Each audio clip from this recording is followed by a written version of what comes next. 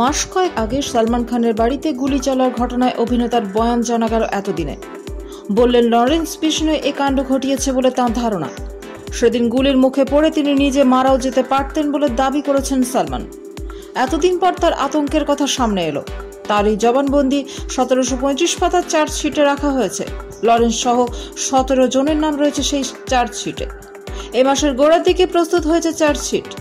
এই ঘটনায় এখনো পর্যন্ত প্রায় রোজই মুম্বাই পুলিশের হাতে আসছে নানা নতুন তথ্য।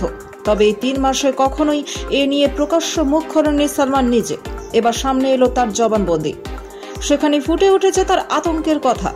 সালমান জানিয়েছেন, লরেন্স বিষ্ণোই আমাকে ও আমার পরিবারকে শেষ করে দিতে চায় আমার বিশ্বাস। সেই উদ্দেশ্যে আমার বাড়িতে গুলি চালানো হয়েছিল। আমি যদি সেদিন ঘরের ভেতরে না থেকে বারান্দায় থাকতাম তাহলে আমিও খুন হয়ে যেতে পারতাম। সালমান বলেন, তখন ভোর 4:45 বাজে। আমি প্রথমে বাজি ফাটার মতো শব্দ পাই। আমার পুলিশ বডিগার্ড আমাকে জানান বাইকে করে 2 জন লোক এসে আমার বাড়ির দোতলায় গুলি করেছে। এর আগেও লরেন্স বিষ্ণোই ও তার দলবল আমার পরিবারকে মারার চেষ্টা করেছে। একটা ইন্টারভিউতে লরেন্স সে কথা প্রকাশ্যই বলেছিল। ওরাই ঘুমের মধ্যে আমাদের মেরে ফেলার চেষ্টা করেছে। আমি শুনেছি এই ঘটনা তো লরেন্স বিষ্ণোই সোশ্যাল মিডিয়ায় দায় স্বীকার করেছে। সালমান আরও জানান, 2022 সালে তার বাবা সালিম খান একটি হুমকি চিঠিও পেয়েছিলেন লরেন্স বিষ্ণোয়ের থেকে। এরপর 2023 সালে সালমানের এক কর্মচারী অফিসিয়াল ইমেল অ্যাড্রেসে একটি মেল করে হুমকি দেওয়া হয় সালমান ও তার পরিবারকে খতম করার। সে সময় বান্দ্রা থানায় অভিযোগও দায়ের করা হয়েছিল সালমানের তরফে। এরপরে এই বছরের জানুয়ারি মাসে পানভেলে অবস্থিত সালমানের ফার্ম হাউসে 2 জন অজ্ঞাত পরিচয় ব্যক্তি জোর করে ঢুকতে চাইলে ফের অভিযোগ দায়ের হয়। এসবই বিষ্ণোয়ের কীর্তি বলে পুলিশকে জানিয়েছেন সালমান। এরপরে এবছর 14 এপ্রিল মুম্বাই সালমানের বাড়ি গ্যালাক্সিতে আচমকায় গুলি বর্ষণের ঘটনা ঘটে।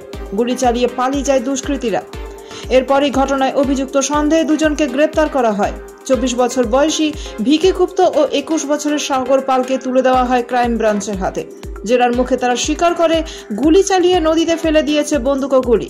সেই মতো নদী থেকে উদ্ধার করা হয় 2টি বন্দুক ও 3টে ম্যাগাজিন। এই কদিন পরে এই ঘটনায় পাঞ্জাব থেকে সোনু কুমার বিষ্ণোই ও অনুজ স্থাপনকে গ্রেপ্তার করা হয়। এই অনুজ স্থাপনে আবার মৃত্যু হয় জেলে। সে আত্মহত্যা করেছে বলে জানায় পুলিশ। তবে তা মানতে নারাজ অনুজের পরিবার। ছেলের মৃত্যুর তদন্তে সিবিআই চেয়ে বম্বে হাইকোর্টে যায় তারা। তাদের দাখিল করা পিটিশনে ছেলের মৃত্যুর জন্য দায়ী হিসেবে সালমান খানের নামও ছিল, যদিও সেই নাম সরানোর নির্দেশ দেয় আদালত। বিচারপতি রেবতী মোহিতে দের ও শ্যাম ছন্দকের ডিভিশন বেঞ্চ বলেন, এই ঘটনায় যারা বাড়িতে গুলি চলেছে অর্থাৎ সে নিজেই ভুক্তভোগী, তার নাম কেন পিটিশনে রাখা হয়েছে? এর কোনো যুক্তি নেই বলেই মনে করেন তারা। তার চেয়ে কে গুলি চালালো তার উপর জোর দেওয়া উচিত। এরপরে অনুজের অস্বাভাবিক মৃত্যুর মামলা থেকে রেহাই পান সালমান।